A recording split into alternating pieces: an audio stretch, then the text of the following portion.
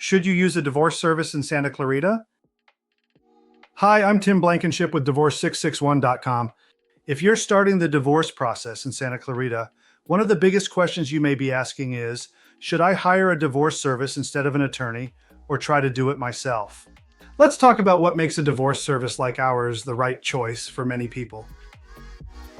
If your divorce is amicable and both of you agree on the terms, there's no need to spend thousands on attorneys or risk costly mistakes trying to figure it out alone.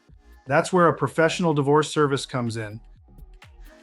At Divorce 661, we specialize in amicable divorces and we handle everything for you, preparing the paperwork, filing with the court, serving documents, completing financial disclosures, and submitting the final judgment, all for a flat fee.